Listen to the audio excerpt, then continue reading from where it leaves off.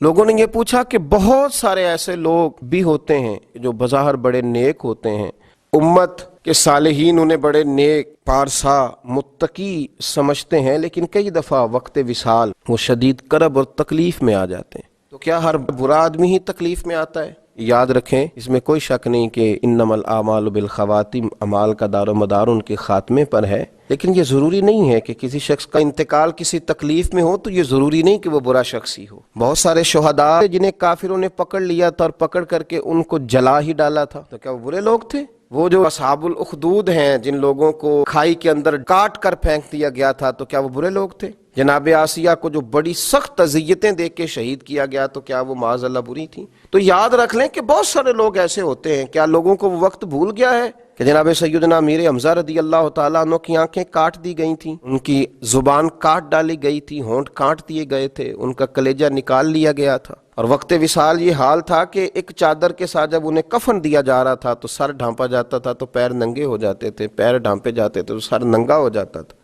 اور اس شخص کی شان یہ ہے، اللہ کے رسول علیہ السلام نے 70 مرتبہ ان پر نماز جنازہ پڑھی، اور ان کا اعزاز یہ ہے کہ وہ سید الشہداء کہلائے۔ ہر سال نبی پاک علیہ السلام نے ان کی قبر پر تشریف لے جا کر ان کے لیے دعا فرمائی۔ اور سب سے بڑھ کر ہمیں بخاری شریف میں حضرت عبداللہ بن عمر رضی اللہ تعالیٰ عنہ کا تذکرہ ملتا ہے۔ یہ مشہور صحابی حضرت جابر بن عبداللہ کے والد ہیں، جنگ احد میں شہید ہو گئے تھے، اور ان کا حال یہ تھا کہ کافروں نے ان کی کان اور ناک کاٹ دیے تھے، ان کی صورت بگاڑ دی تھی۔ ان کے صاحبزادے حضرت جابر بن عبداللہ فرماتے ہیں کہ میں جب ان کی چہرے کی زیارت کے لیے گیا تو مجھے روک دیا گیا تھا کہ آپ دیکھیں گے تو تکلیف میں آ جائیں گے، لیکن ان کا اعزاز یہ تھا کہ انہوں نے ایک رات پہلے ہی، آپ بخاری شریف دیکھیے، حضرت سیدنا عبداللہ نے اپنے بیٹے جناب جابر بن عبداللہ سے فرمایا تھا، بیٹا احد کے میدان میں بیٹا صبح سب سے پہلے مجھے شہید کیا جائے گا۔ ایک دن پہلے بتا رہے ہیں، یہ شان ہے ان کے غلاموں کی، تو پھر سرکار کا عالم کیا ہوگا؟ مجھے رات کو کہہ رہے ہیں مجھے سب سے پہلے شہید کیا جائے گا۔ فرمایا بیٹا اپنی بہنوں کا خیال رکھنا، ان کی بیٹیاں زیادہ تھیں۔ تو حضرت سیدنا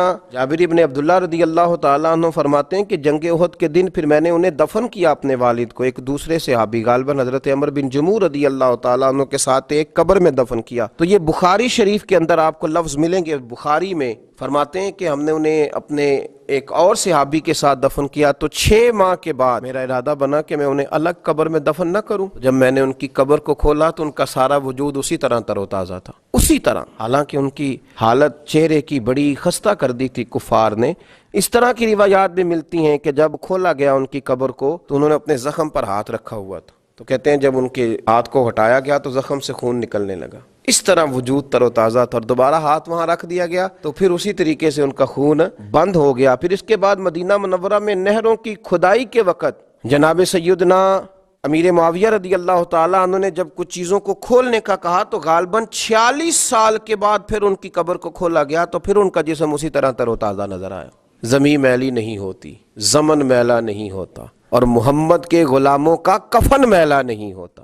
تو نبی پاک صلی اللہ تعالیٰ علیہ وسلم کے غلاموں کو اللہ اعزاز دیتا ہے کہ ظاہری طور پر ان کے چہرے اگر کسی وجہ سے کسی تکلیف میں کسی آزمائش میں آ بھی جائیں تو اتنا نہیں گھبرائیں کہ فلاں کو کفن نہیں نصیب ہو رہا تو فلاں کا چہرہ نہیں دیکھا جا رہا تو فلاں اس معاملے میں ہے۔ یہ معاملہ تو اللہ کا ہے، یہ تو معاملہ اللہ کا ہے۔ اگر کسی کو کفن دفن کی کوئی ایسی چیز بظاہر میسر نہ بھی آئے، یہ آپ شک نہیں کر سکتے کہ اسے جنت میسر نہیں آئی، کیونکہ جنت اللہ کا فضل ہے اور وہ اپنے بندوں کو عطا فرماتا ہے۔ تو بہت سارے صالحین، بہت سارے نیک لوگ ایسے تھے، لیکن لوگ حادثات میں چلے جاتے، جہاز گر جاتے ہیں، لوگ دریاؤں میں ڈوب جاتے ہیں، تو کیا اس کا معنی یہ ہے کہ وہ ان کی آخرت خراب ہو گئی؟ ہم اور آپ کون ہوتے ہیں یہ فیصلہ کرنے والے؟ یہ فیصلے میرے رب کریم کے ہاتھ میں ہیں۔ مسلمانوں کے بارے میں اچھا گمان رکھیں، اور اللہ تبارک و تعالیٰ کے محبوب علیہ السلام نے فرمایا، یاد رکھو رب فرماتا ہے میرا غضب زیادہ نہیں ہے، میری رحمت ہی زیادہ ہے۔ تو رحمت ہی کی طرف توجہ کریں، اللہ سمجھنے کی توفیق عطا فرمائے۔